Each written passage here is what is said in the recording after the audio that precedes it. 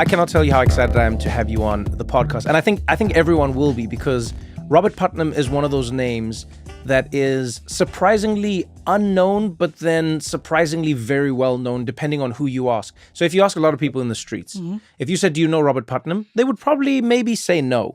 Yes. But if the person in the street that you asked was somebody like Barack Obama, then he'd be like, yeah, I know Robert and I know him well. And you'd be like, wow. Actually, he would say, Bob, I've been over this.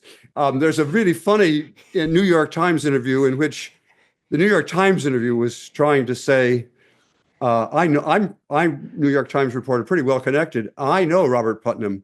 And Barack just says, no, it's Bob. I like that. Hey, that's when you know somebody. So actually, let's talk about that, because although it seems crazy, will tie into everything that we're going to talk about today: loneliness, community, and fundamentally, funny enough, how all of it is integral in making sure that a democracy actually works, which I think is very important in America right now, because people are wondering if this democracy can and will work, in the next few decades. Yeah. And we're experiencing this around the world. But tell us a little bit about that. How does Barack Obama, President of the United States, come to know you as Bob? How does this journey begin? About 20 years ago, maybe not quite that, 15 years ago, maybe, I was trying to run a seminar. I was running a seminar of people, and the idea was to bring people from very, very diverse backgrounds together once every 3 months for a couple of years to try to figure out how to solve the problem of social isolation in America and its political consequences. It's not just loneliness, it also affects, as you said, and we're going to come back to that, the chances of democracy surviving. We had a big multidimensional matrix. We wanted to make sure we had enough men and women and blacks and Asians and Latinos and whites and old and young and rich and poor and business and labor, et cetera. You can imagine this multidimensional scheme. Right. And we got it all filled, but we had one box that we had not yet filled for a young Black community organizer. And my son, who had been at Harvard Law School, said, you ought to check out this really bright guy I know who I play basketball with.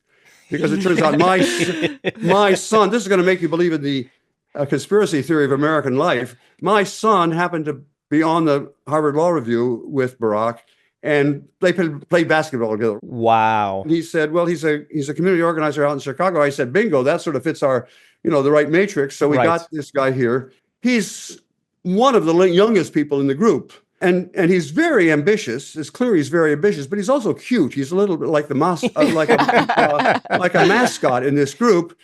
And so, in a summer camp, people develop nicknames.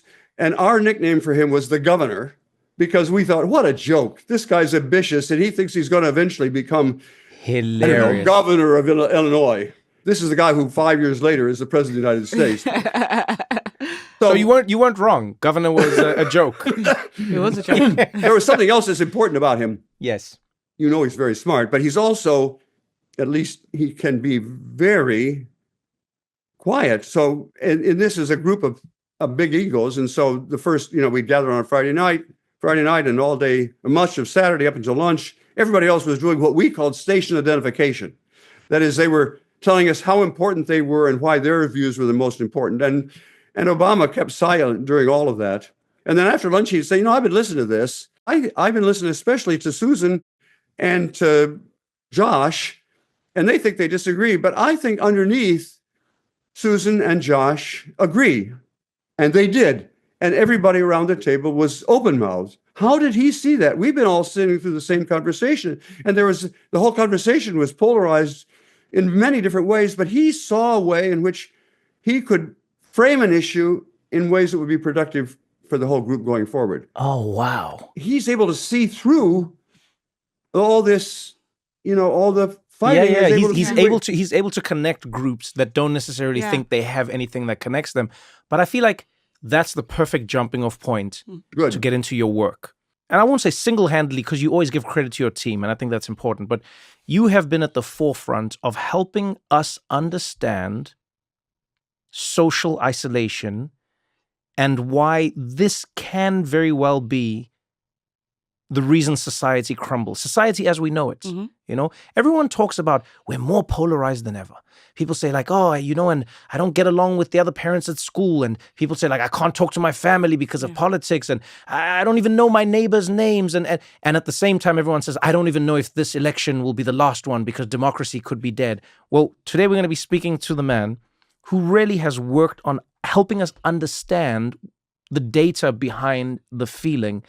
And you've written a few books about this. You know, Bowling Alone was obviously, I mean, you know, your seminal work, which was then, it went on like an interesting journey, and we'll talk about some of it, you know, the praise, the criticism. Right. And then you talked about like making democracies work, etc. But let's start with the fundamental problem at the bottom of it. Sure. Why do you think it's such a big deal that people are or say they're lonely? What is the value of minimizing social isolation? Well, of course, there are reasons to worry about people being lonely. That's indeed the title of this film that's now, you know, out and about on Netflix and in theaters. That's Join or Die, yeah. Join or Die. Your chances of dying, well, your chances of dying are high, actually. Sorry to say that, but your chances of dying over the next year are cut in half by joining one group. And that is their real, serious health effects. And this is controlling for everything you like. It is really social isolation that causes premature death, but it also undermines the foundation for democracy. And that's another part of the title. Join or Die refers to the fact that Benjamin Franklin, at the time of the founding of the American Republic, said, unless we join together, our democracy is going to die. That is, it refers both to the personal effects, which are big, and to the collective effects. And the collective effects, by the way, are not just democracy. Our economy grows more slowly. Our society becomes more unequal.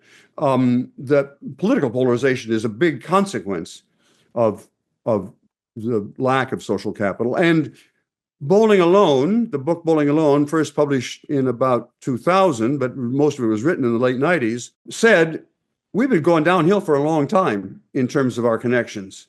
All sorts of connections. We've been going to fewer club meetings, but we've been going on fewer picnics, and we trust other people less, and we're less connected to our friends and to community organizations, but also to our family. All those ways in which we connect, all of them turned out to be going down when I wrote that book. And now, 25 years later, it turns out they've gone down even further. When you're talking about social connectedness, just to clarify this for people, what do you mean? Because there are people who will say, but Robert, I've got followers on Instagram, and I talk to people on my Facebook, and I see people at school. And what do you mean? Also off that, I'm curious about the we, because my world is predominantly women and people of color. And our complaint is that we can't get rid of people. Like, you know, like you've started off with like kind of this collective we, which I'd like to disrupt a bit, right? Because there is no real collective we, hence this kind of political differences that we have. And Black women in this country are probably one of the few groups where life expectancy is actually holding or going up, right?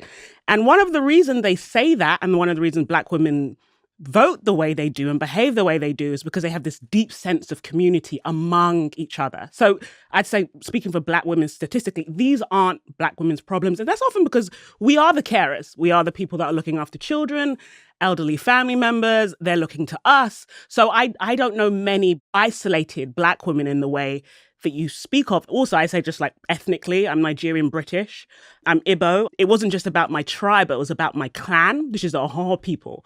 And we had this group where people pay dues all the time. And when my great uncle died, part of the dues contributed to his funeral. So I think for ethnic minorities in this country, whether it's Latinos, it's African Americans, it's Asians, there are different cultural ties there, that the idea of when I pick up the newspaper and I hear a story of somebody dying alone and they don't find the body for months, I'm like, how does that happen? Because there's 20 people knocking your door. But you see, I'm not saying that from my personal experience, but you know. So I will say, funny enough, I hear you both saying the same thing, genuinely. So, you know, if I listen to what you're saying, Robert, you're saying that our life expectancy is directly tied to how many groups we are a part of, right? And how close those are, And how close those are.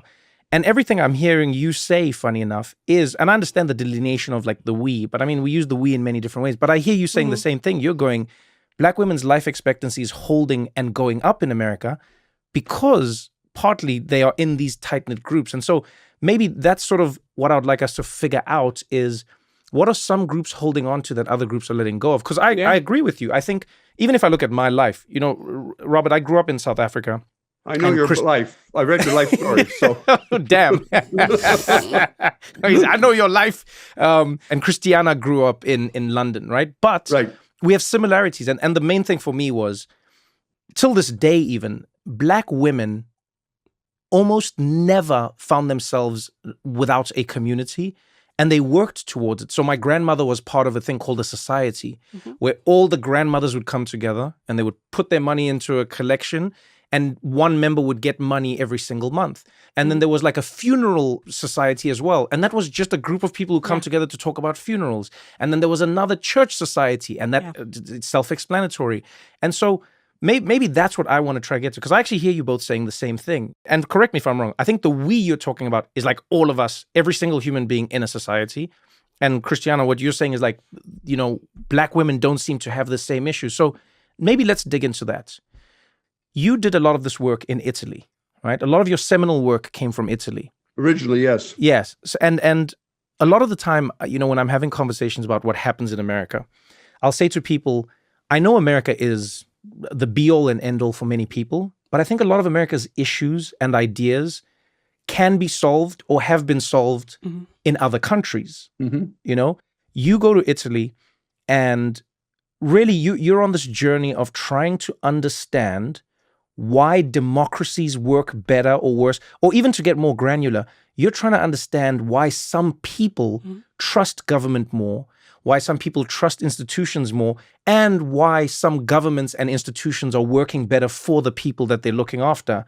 Right. And help me understand how Italy ties the story together for you. What do you learn in Italy? Well, I want to step back just a little bit. If you were a botanist and wanted to study plant growth, how a plant was influenced by its environment, you'd take genetically identical seeds, you'd plant them in different pots of soil, you'd water them differently, and then you'd measure and see how, which plants flourished and which faltered.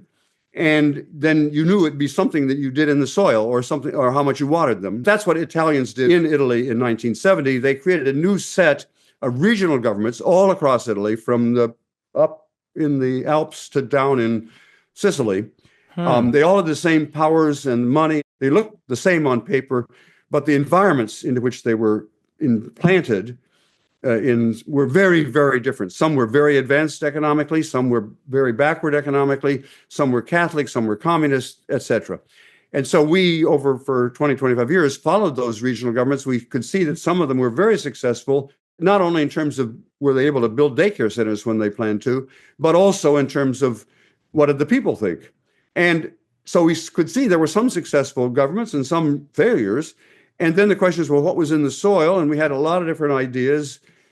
We thought maybe it was just economic wealth made the difference, or we thought maybe it was education that made a difference. But we didn't guess what it turned out to be, which was choral societies, singing groups, and football clubs and so on, by which I mean in some places of Italy, people in the region connected with one another across various lines, singing together. So that's what we came to call social capital. We were talking about these bonds that brought people in a given region or community together across lines. And in northern Italy, especially north central Italy, around Bologna, for example, there was a lot of that kind of what I came to call social capital, that is, these connections among people. And they had very effective, still do, very, very effective regional governments. But some places, especially in the South, they didn't. They didn't have those kinds of groups, and they had terrible, corrupt, inefficient, never answered the phone even, regional governments. Now, now I'm coming back to what Christiana asked about. Did they just have no groups down there? No, they had very tiny little groups, families. They looked after their own immediate family, but weren't involved in groups with people, even on the other side of the street, much less on the other side of town. Now, what I'm trying to say is their we was strong, but very narrow. And what was characteristic up north was that they had much broader groups in which people from different families and different walks of life would come together to sing. Now, Christiana, I may not have persuaded you in what I've said now, but I've tried to convey the way I hear your objections. No, I actually come from that world. A huge extended family, a huge church family. My husband's an only child, but comes from a big extended family and loads of friends. So my conception of, as much as I had the depth of my clan and my ethnic group, you know, when it was time to dedicate my kids, I flew back to London. So it happened in the home church where I was dedicated in. Sure. The man that christened me christened my children. Do you know what I mean? So like this is, I guess what I'm trying to articulate is that for a lot of people, maybe from similar backgrounds as mine, that's a conceit already. That like the fact that it's not foreign. do you get where I'm coming from? I hear what you're saying. Like it's like this extended group and clan, and it's very different and it's very diverse. So there's one thing I want us to get to in a way. Maybe let's start with this part. The why. Why does it change anything? So what I love about this story is, you know, oftentimes when we're talking about an issue in society, as you say, because we don't have all of the data and because we have confirmation bias, we'll pick the thing that we think is the cause, right, and we'll stick with it. So we go, oh, society's declining because of social media. Oh, society's declining because of politics. Oh, society's declining because, okay. But you had a natural experiment that very few, you know, social scientists will ever have. Help us understand the why in that. I would love to know why your government will work better if your community has more clubs in it. I don't think that correlation is easy for everyone to see. Let me see if I can explain it this way. If you see people regularly and you're good friends, I don't mean intimate friends, but you know, you have a good friendship. Yeah. Much less a deeper friendship. What tends to evolve is a norm of reciprocity. That is, I'll do this for you now without expecting something back immediately from you, because down the road we'll see each other at choir practice and you'll do something for me. I'll do this for you now without expecting something back. And indeed, if everybody in the community is connected, I'll do something for somebody who I don't actually know, because if other people watching see that I'm cheating him, they won't play games with me. So in other words, everybody learns that the people in this town are nice to each other. Wouldn't you love to live in a place where people were nice to each other? Yeah. And moreover, and this is the main point of Bowling Alone, we learned when we carried those ideas back to the United States that has changed over time. There have been periods in American history when we did have connections with other people. I grew up in a small town in Ohio in the late 1950s, and nobody locked their door. And when I tell my children and grandchildren that, they think Grandpa's lying. But no, in that period, and it wasn't about race. There were black kids. I played football. There's a picture on the cover of Bowling Alone of me and my bowling league when I was in junior high school, and there are 3 white guys. I'm the tall, skinny one in the middle, and there are 2 black guys. And so this was not about race. I mean, it wasn't bounded. This trust and reciprocity was not bounded there by race. I'm not saying race was not a problem. Of course it was. But I mean, in terms of this, in a small town in the 1950s. Right. People left their door unlocked. And that's because of what I in my jargon call social capital. So all I'm saying is not that every single person in America has lost trust or has become untrustworthy, but on average, and we've now shown this to be true all over America, people are less connected and therefore less trustworthy than they used to be. There are differences across America, and the places that are still relatively high are in social connection are somewhat more trustworthy. In fact, I'm sorry, I'm going to tell you more social science than you want to know. People do an interesting study. They drop letters on the street with money in them, sealed, but with money in them and addressed. And then they ask, in any given town or a neighborhood, how many of those letters are actually put in the mailbox so the owner can get their money back? What a fascinating experiment. There are cities in America where your odds of getting your money back, if you drop it in an envelope, drop it on the street, are 0. And there are places, this is hard to believe, there are places in America where if you drop an envelope with money in it you're 80% likely to get the money back. So That's big amazing. differences. Yeah. So Bob, maybe help us understand, the idea of bowling alone, because Sure. I think, it is important to help people understand that, first of all, it is an example, Yes. right? Mm-hmm. And I think what you liked about it is sort of why it connects with me, is that it's a simple example to understand, right? Because everyone can go bowling, but it's the alone that really became the signifier that showed what was going wrong in America and in many other parts of the world where people are experiencing this. So help us understand. There's been virtually no decline in bowling itself, but it used to be that people bowled in teams, in leagues. And there has been a complete collapse of team bowling, of league bowling. And when I told a friend of mine that, he said, "Oh, you mean we're bowling alone?" And I thought, that's a good title for a book, if ever I write a book about this. And it turned out to be a good title. But what is the difference? What is the experiential difference? Yes. Christiana, have you ever bowled? Yeah, a couple times, but I'm from England, so Yeah, that's it's more true. of a football team culture. No. Like Okay, I just bowling. wanted. Actually, I know where every bowling alley in London is, because whenever I've gone over there, I'm selling books. Every journalist thought their clever idea would be to interview me in a bowling alley, so I can take you to every bowling alley in central London. In bowling in a league, there are 5 people on a team, and 2 teams are playing against each other. And how well you do depends on how well the team does, not how well you individually do.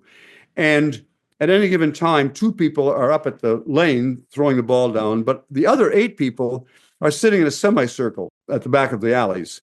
And they're mostly talking, and they're talking about what was on TV last night, or but occasionally they're talking about, the local schools, or whether a bond issue should be passed to cover the costs of the new sewer system or whatever. And now I'm going to suddenly change that description. Occasionally, they're having a conversation about public civic life. That's highfalutin for saying they just got into a discussion with people they know well. Remember, these are people they see every week, and they know how to interpret what the people say. They're not total strangers because they bowl in a league and with other members of the team, but they're also real human beings.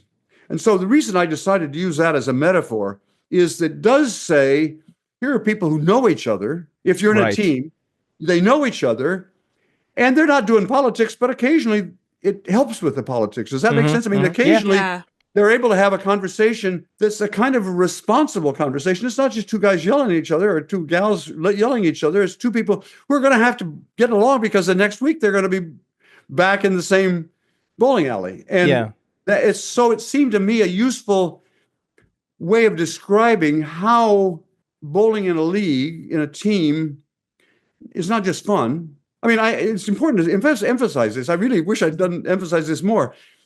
Social capital can't just be eat your spinach. It's got to be fun too. I mean, it's so, and that's why I use the example of bowling leagues. It's not saying, oh, go to a good government meeting. Well, who wants to go to a good government meeting? It's got to be fun, and bowling is fun, but it's also a little bit like a good government meeting.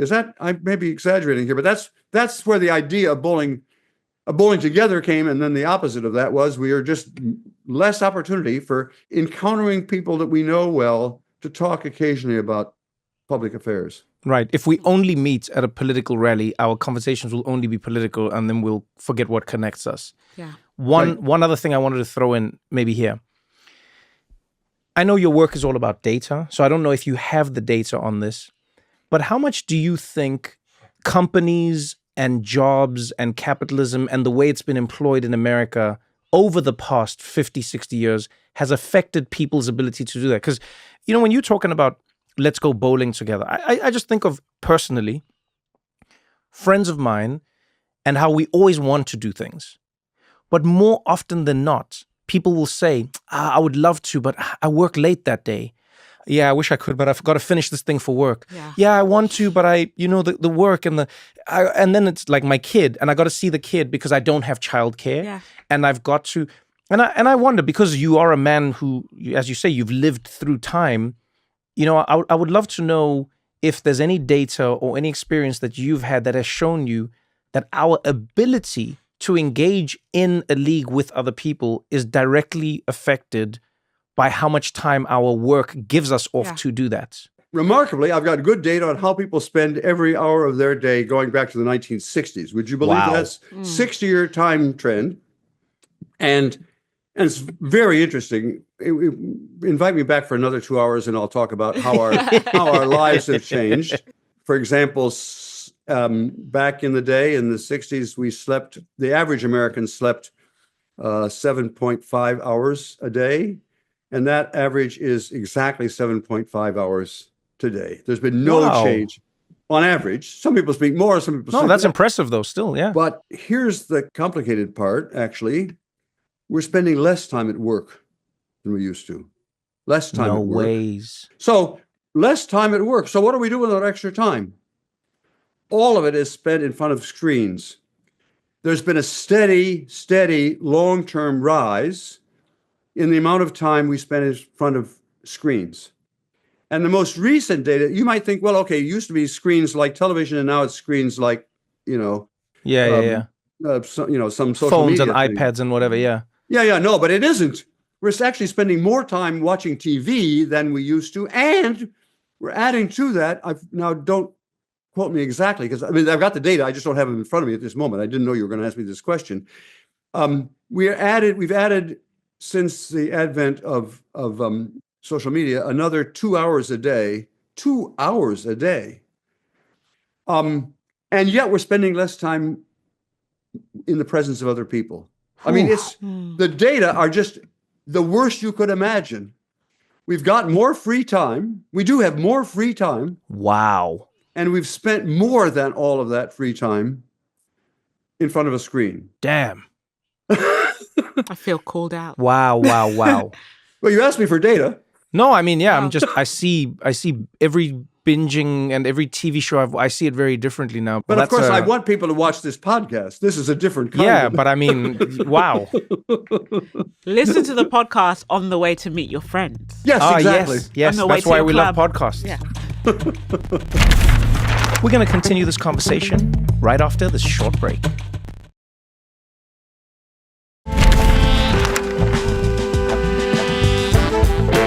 Robert, I'm really curious about what you think. Like, I'm a millennial and I have like younger cousins who are Gen Z, and we spend a lot of our time on the internet.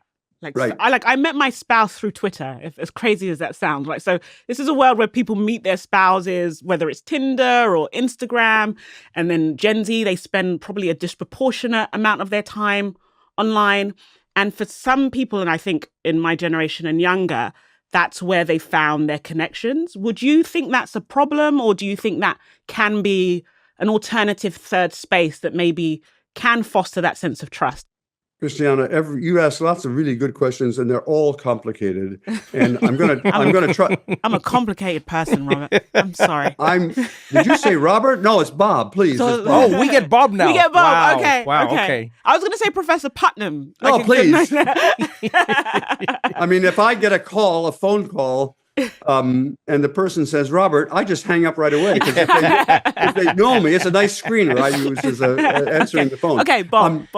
Okay, I want to say a couple of things about social media and virtual connections, and how they compare to real face-to-face connections. What some people call IRL, in real life. When social media first came out, everybody thought it was, unbelievably great.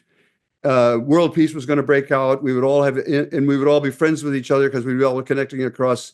That always at that time seemed a little strange to me. But the academic work, although that's true, was always more skeptical than the people who were making money by getting us onto their websites. Yeah, of course. But the real question at that point, if I can put it this way, is Facebook better or worse than bowling leagues? I'm using that as just as labels for those two things. And for a long time, the academics said, I don't know, there's some ways in which Facebook is not as good as bowling leagues. But, you can guess what Mark Zuckerberg thought. And then he one point said, well, okay, maybe Putnam is right, but we're going to create a new kind of Facebook that's going to be even super dandier, and it's going to be wonderful, even better than bowling leagues. But the academic research, I repeat, was always skeptical about that. But then came a terrible natural experiment, COVID. But now, I promised you I was going to get more complicated, but I can tell that Christiana likes to deal with complications, so I'm going to...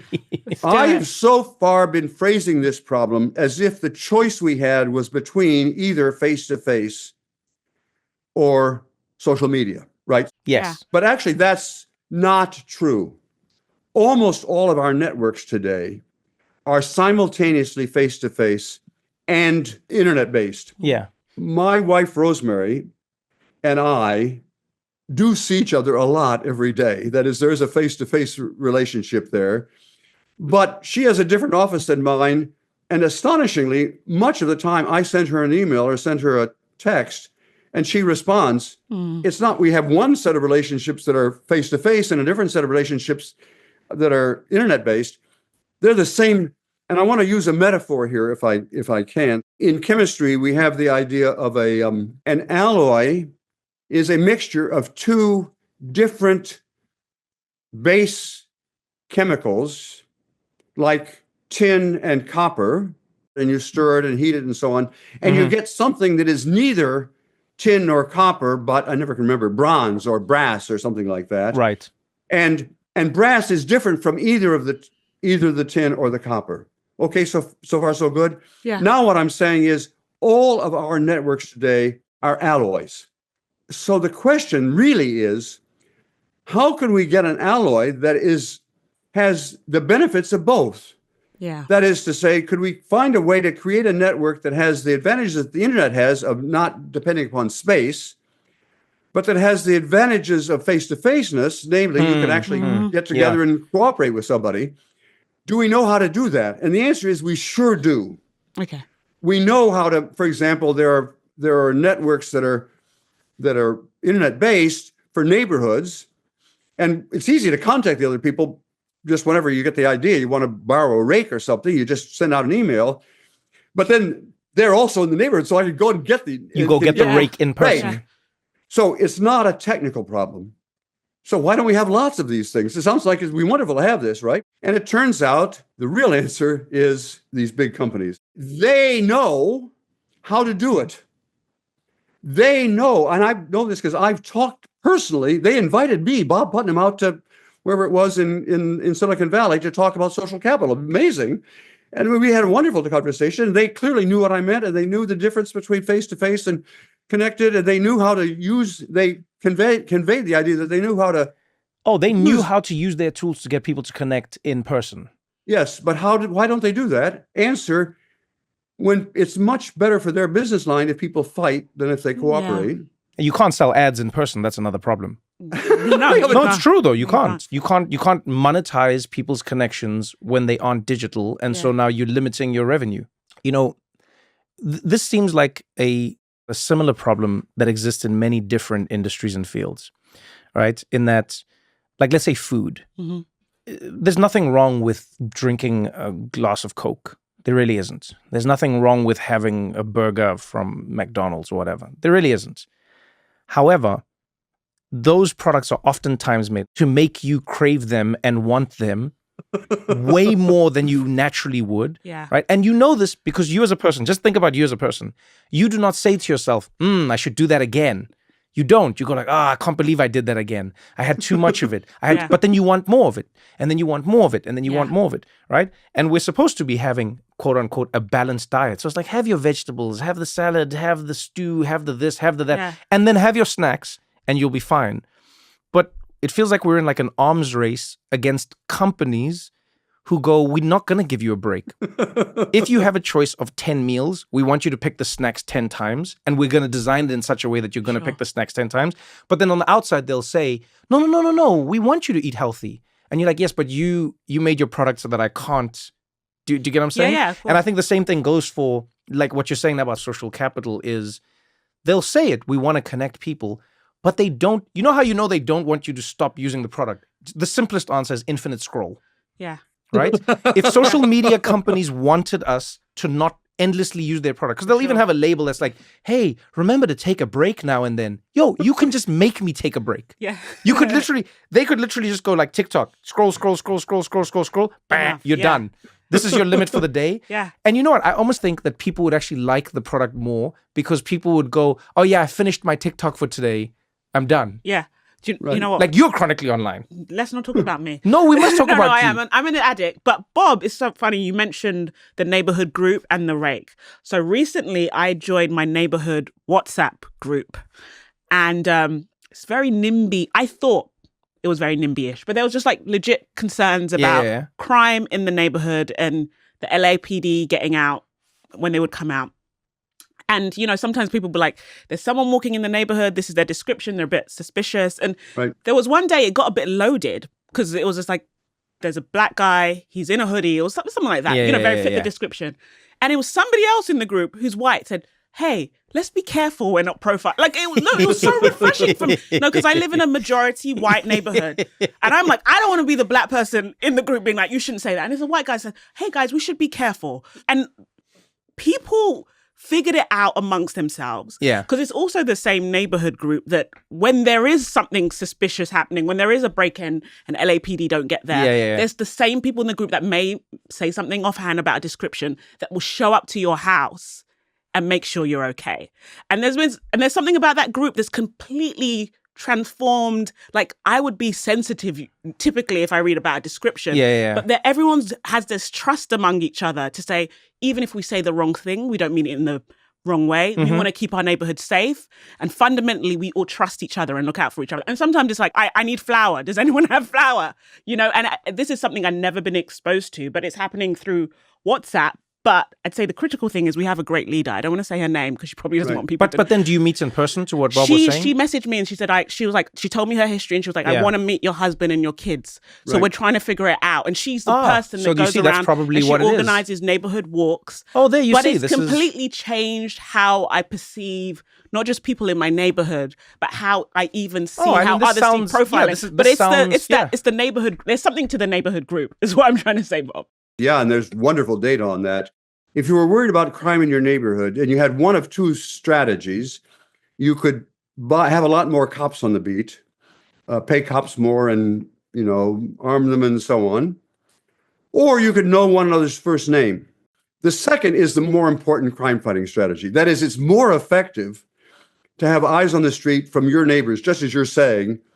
And what I'm talking about is big, huge studies that have done this experimentally. This is taken data. Different neighborhoods this is not like an opinion. This is data that's been done. Yeah, well, I'm sorry. That's what I do for a living. No, I mean, that's what I'm just clarifying for people. Yeah. I love that. Yeah. Yeah. Well, at any rate, I don't want to interrupt this conversation, except that I hope we have a chance to go back to Bowling Alone and explain and say why it explains Trump.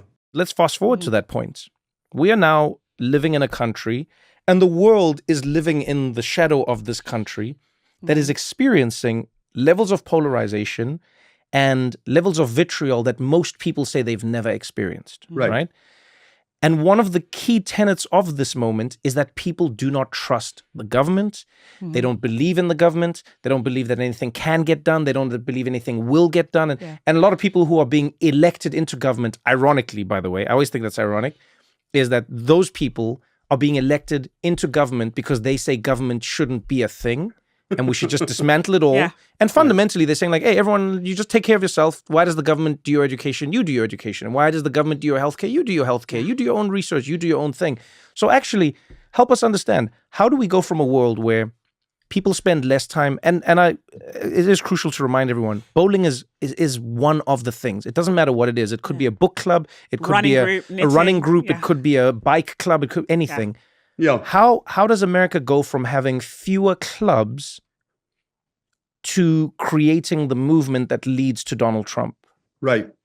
Remember, Bowling Alone said 25 years ago that had been for 25 years. At that point, it'd been 25 years. We've been going downhill in terms of our social connections of various sorts. Anything that brought people together from different walks of life to connect across different boundaries. That's right. And that'd been happening for 25 years.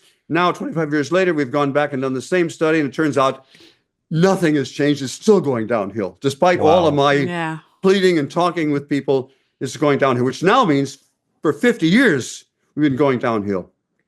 Donald Trump did not cause that. And this is the main thing I want to say here. Donald Trump is not the cause of our problems. He's the symptom of our problems. American democracy had these problems long before Trump appeared on the scene. And most importantly, we will have those same problems leading to faltering democracy when he's no longer on the scene. Donald Trump exploited this. And I mean that. So this is Bob Putnam saying, Donald Trump exploited what I had discovered. That's not just me. Steve Bannon has said, I could show you the quote. Well, we were trying to figure out how we could get Donald Trump elected. And then we read this book by this crazy guy, Putnam, about bowling alone. Wait, no ways. Are you being serious? Yeah, yes, he's quote. You can find, later on. Wait. So and what did they use? I don't understand. What did they use from your book to help Trump get elected? What did they identify? They said, effectively, as I said in the book, but I wasn't doing it, you have all these isolated people. They're ripe for having a kind of populist come to power and say, you're all unhappy and isolated. Trust me, I'm the one. Does that sound familiar? Does that sound like he's the guy? Yeah. Well, that's what Bowling Alone said, and I didn't act on it. Maybe I should have. Maybe I could have. You could have been the president. You could have been president. President Bob Putnam. And J.D. Vance has said something very similar to this. There's lots of empirical evidence. I won't bore you with all the data. There's lots of data that's saying the strongest predictor, actually, of support for Donald Trump, of places that support Donald Trump and people that support Donald Trump, is social isolation. Now we're not just talking hypothetically, it'd be nice to have more people joining clubs. We're saying the pickle that we're in as a country is precisely due to the fact that we're no longer isolated. Yeah. I'm not trying to say we ought to reconstruct bowling leagues, but it's got to be something that brings us face to face. Is that making sense, Trevor? No, you know why it makes complete sense is because I think of it through a few lenses. Like you and I have talked about this a bunch. I go, one of the things I'm saddest about in America and I see around the world is the decline of churches. Yes. Because I understand that religion has many issues that it's come with, whether it's pastors, whether it's, the way they treat certain people, whatever it might be, right? But man, you take for granted what that building did. Yes. There are very few places in our societies where you can come and regardless of the language you speak, the color of your skin, your socioeconomic background, your location, whatever it is, you are allowed to join and identify as being part of that group. And I've always thought that's maybe the most important thing, is the fact that you can become a part of it. Do you get what I'm saying? That's like really, really important to me. And I think about it through that lens. I go like, wow, man, I understand that people go like, oh yeah, religion, I don't care about it. And I'm like, yes, but you're also losing the church. And the church was the place where you saw people to tell them you were sick. The church was the place where you got a little help. The church was the place where you found out about a new job listing. Music lesson. People learn instruments. People learned music. People think about how all the greatest singers of like, the last whatever many decades have all come from church. So the training, the connections, the understanding that it came from. And it's funny that you say that. When we were still on The Daily Show, I remember the thing I used to talk to everyone about was how Jordan Klepper would say this. I'd say to him, he'd go to all these Trump rallies. And I said, Jordan, what do you notice when you're at the Trump rallies? What do you notice that we don't from far? And he said something really fascinating to me once. He said, a lot of people are there for the vibes. Yes. He said, a lot of people are there for the vibes. And you think about it, Donald Trump created many clubs where clubs didn't exist. He said, I'm coming to your town. I'm going to sell you hats that you can all wear. We're going to sell you little scarves that you can all wear. And you're going to come into a room. And then, you know what? We're all going to hang out and chant this. When I knew that Trump, by the way, Bob, had reached the pinnacle of understanding this, is when he was at a political rally, right? People are there, ostensibly, to hear about your plan for the future of the country and how you plan to run the economy. And Trump was just like, let's just dance. Do you remember that moment? He's done a lot. I don't remember that particular one. You don't remember that moment? Yeah, sure. I do. This was one of... I remember watching that moment going, this man is either... He's completely lost it, or he is a savant who's completely understood it. Yeah. And now I think he's the latter. Yeah. I thought he was the former. Yeah, Donald Trump realized in that moment, he's like, man, you guys don't... You're not here because of like what I'm going to do with the economy or not do with the... You just came here to hang out and we're in a club And everyone in that club says the same thing. We've been forgotten. Yeah. So there's a man who grew up in a town where the factory was shut down, and that was a piece of his club. So he's forgotten. Yes. There's somebody else who grew up in another city, and because that city has lost its population, the church died, and now they don't have a church, so they've been forgotten. Yeah. That's right. And someone's kids left to go to a big city, so now they don't have they've been forgotten. Yeah. And it's just a bunch of forgotten people who are now seen. They come together, and when you go home, watch the video. I promise you, it is one of the most amazing things. Trump literally just goes like, yo, just play my playlist. He shouts it to some person who rolls with him. And they just play all of his favorite. And I'm talking everything from YMCA to Ave Maria. Like, it's the most eclectic mix of music. And he just dances. Don't go anywhere, because we got more What Now after this.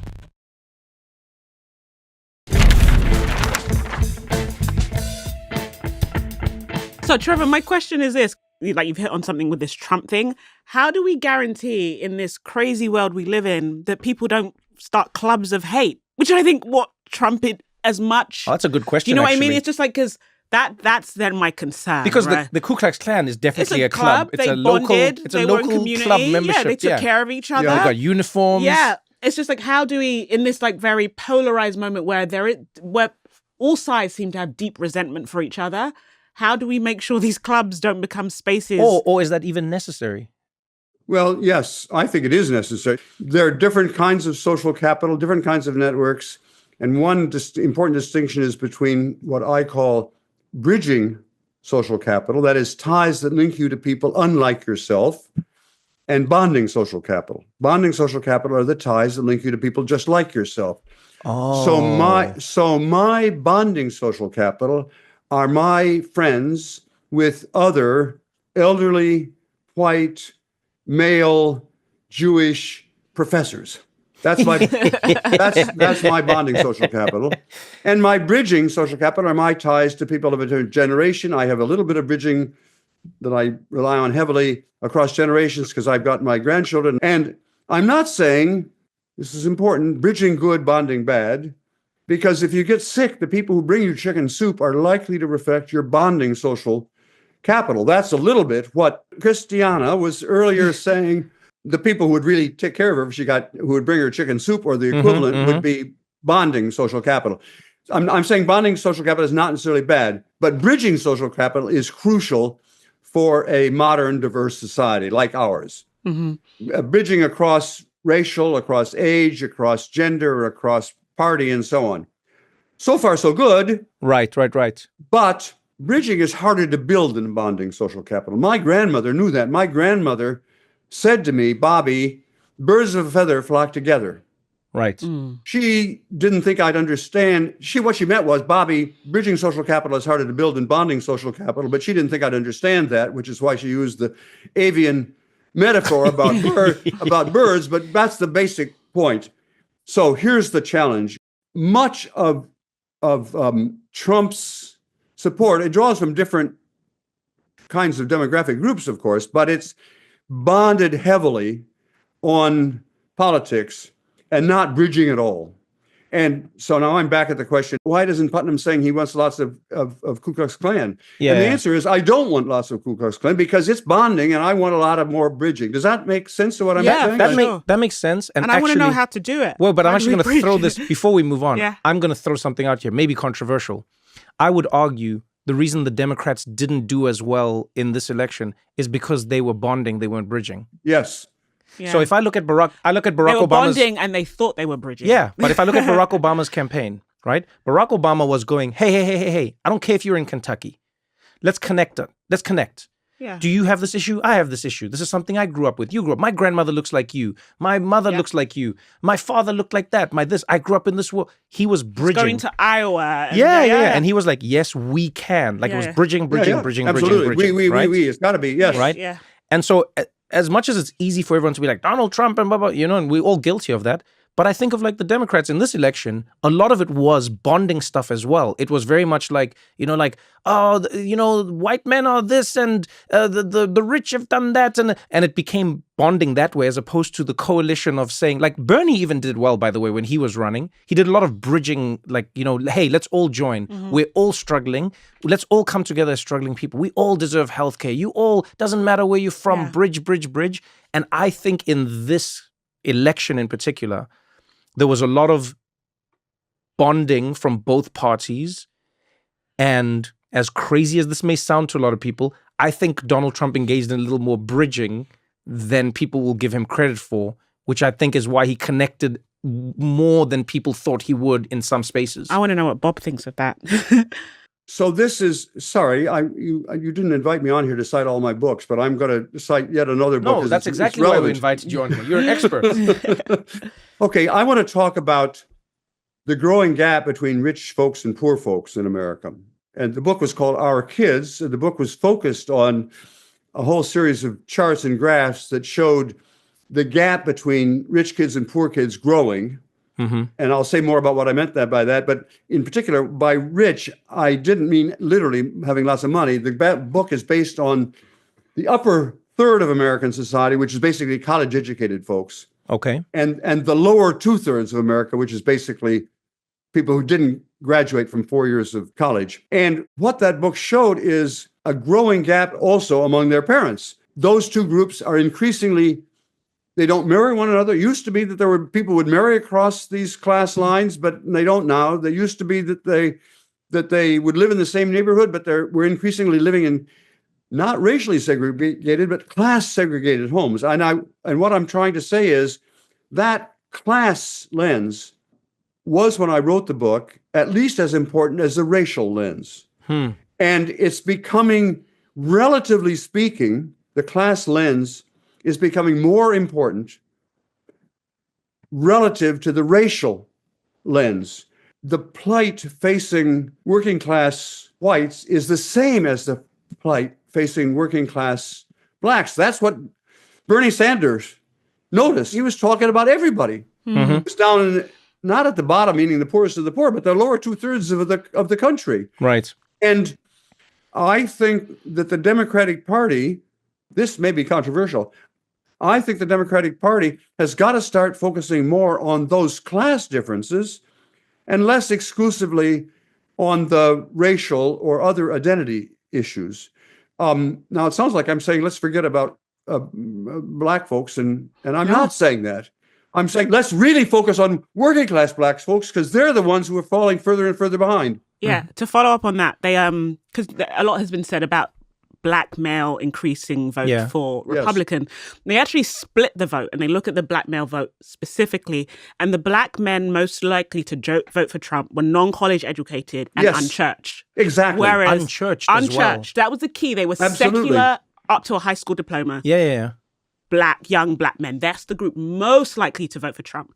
The black men that voted Democrat are college educated, tend to attend church, professionals. Yeah, and that's where, and they vote at similar levels for Democrats as black women do in general. So that group that's actually splitting off from the Democratic Party is like the most oppressed class among black people. I almost want to know what you think the future will be, because I remember speaking, I forget who this person was. It was such a wonderful conversation we had in one of my first times going to London.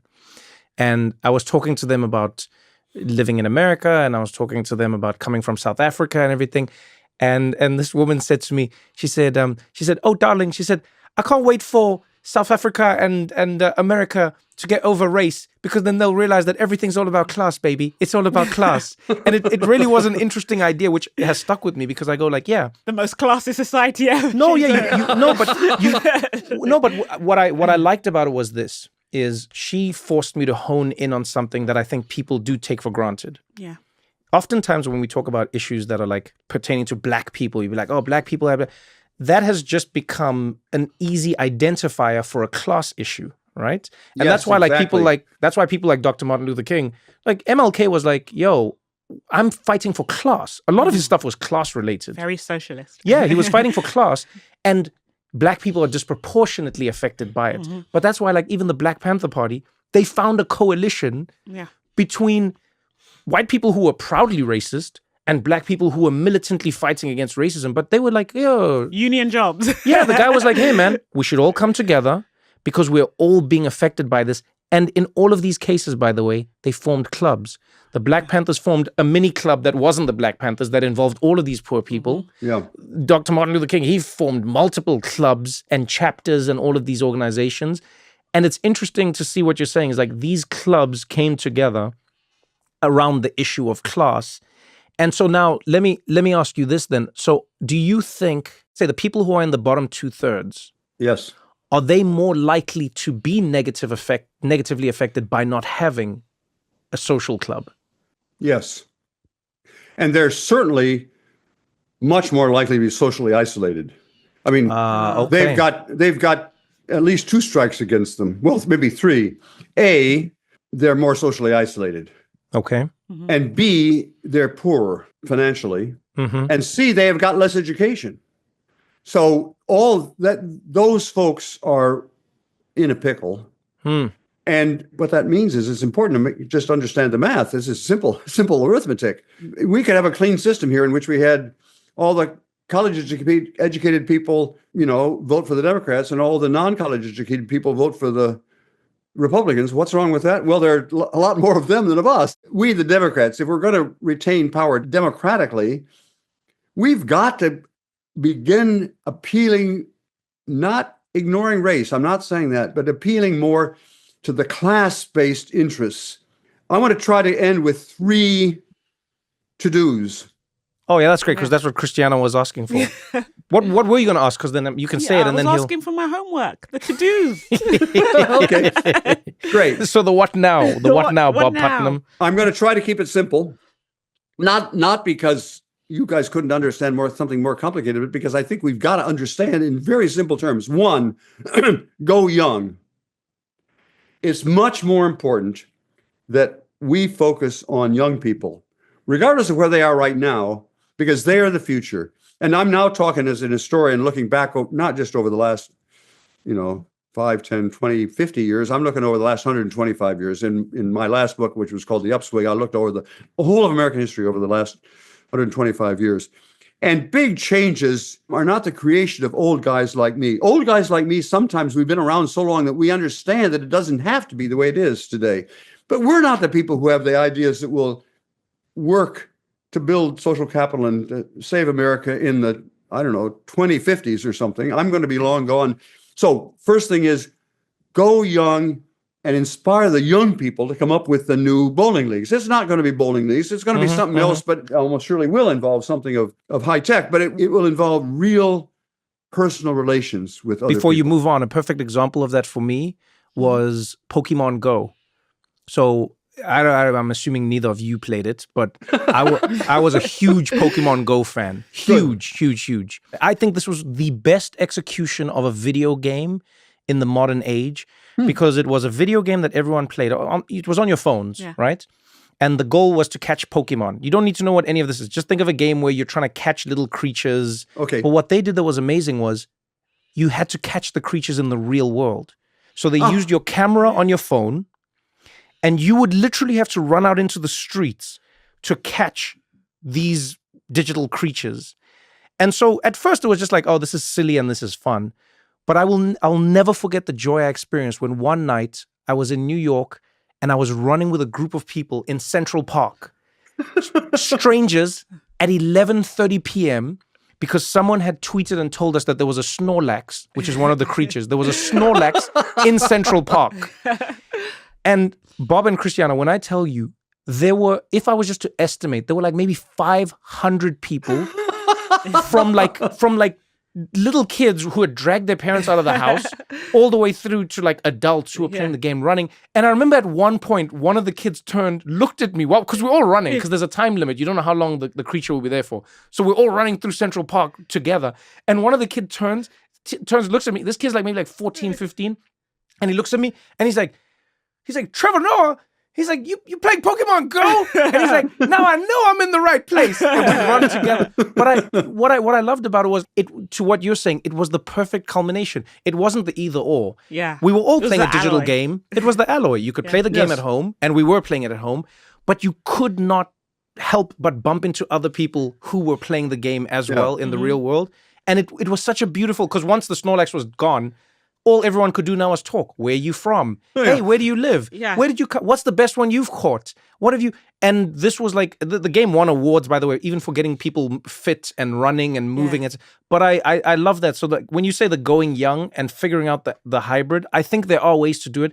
Because some people be like, I don't know if you can. I think we actually have seen one of the ways, and I know because I played it. But yes, okay. So what's rule number 2? Rule number 2 is go local. Go local. All the times that there have been major social revolutions, they bubbled up from the bottom. And at local levels, people can more easily collaborate across party and other lines because somebody's got to fix the sewers. And so you don't have to have an ideological discussion about how important is the environment. Everybody knows that the sewers got to be fixed if we're going to be able to survive in this town, or the schools. You can have a national debate about, I don't know, some issue in education, but somebody's got to fix our schools right here. And so sometimes left-wingers are in favor of national solutions. For race, we did have to go national because there were whole regions of the country which were, if we went local, we would have stayed segregated forever. So I'm not saying always go local, but if you want to have a major revolution, and this is exactly what MLK did, right? He didn't start with his March on Washington. He started in Montgomery. What do you think is the most important social reform in the history of America? I'm going to tell you in just a second. The high school. When was the high school invented? The high school was invented in 1910. God did not invent the high school. It was invented recently. And where was the high school? By high school, I mean a secondary school, a public high school that everybody could go to. Yeah. We'd had private schools, of course, as like Eton or whatever, but I'm talking about public high schools. First place in the world was in 1910 in flyover country, in America. It was not invented in Massachusetts or in Chicago or in LA or what. It was invented in small towns in the middle of America. And it went viral. And within 20 years, every city and town in America had a public high school. That's viral. 20 years it went from... That's amazing. So what I'm trying to say is the really good ideas, policy ideas, the next time... they spread. Mm-hmm. And thirdly, and I want to come back now to this issue of religion, go morality. Stick with me. I'm an academic, but I'm about to start preaching at you, both of you. I apologize for that. When we look at long-run changes in political polarization, in economic inequality, in connections and so on, the leading indicator, it turns out that people in any given period and place actually think they have obligations to other people. We need to have a moral reawakening in America. I'm talking about simple golden rule. Read the Sermon on the Mount. I mean, any religion says worry at least as much about other people as you do about yourself. Love that. Religion should be a we phenomenon, not an I phenomenon. Yeah. So if I had a magic wand, I don't, but maybe somebody listening will have a magic wand. I'd try to make the magic wand make young people, remember young, in localities across America, think that they have obligations to other people. Is that making sense? I mean, that makes complete sense. And my basic message is, if we want to fix America, and I desperately want to fix America, it's probably not going to come in my lifetime, but I want to have it come at least in my grandchildren's lifetime. And we got to get about it now. And that requires mobilizing large numbers of people large numbers of young people at the local level, thinking about their obligations to other people and not just about themselves. Sorry, that's the message. No, I don't think you have to be sorry. I think it's given us homework. So play Pokemon Go with people in your local neighborhood and help them catch the Pokemon that they caught. Yes. Yeah. That's essentially it. because you're helping each other. And then when you speak to them, talk to them about the spiritual awakening. Yeah. So you guys you're gonna lead this revolution. Sign me up. Let me know how I can join. Oh, we love it. Bob, this has been amazing. Thank you so much for taking the time. Thank you, Bob. You know, it's such a simple idea, and unfortunately, sometimes the best ideas are so simple that people don't want them. It's simple, but it's hard. Yeah, no, but that's what I mean. It's like it's the same way like eating healthy. It's a simple idea. Yeah. Eat the vegetables and don't eat things that come in packets. And move your body. Your body changes. Yeah. And people are like, yeah, but I need something more complicated than that. No. But yeah, I want to say thank you very much. Thank you for doing the work. Thank you for taking the time with us. And you know, we started at Robert, we end at Bob. Thank you very much. It was wonderful getting to know you, and I hope you do get to see some of this in your lifetime. So don't write it off yet. You keep talking about you're going to be gone. Maybe some of it will change. We'll see. We'll do our best. Thank you, Christiana. Thank you. And thank you, Trevor. Thank you so much, Bob. Bye.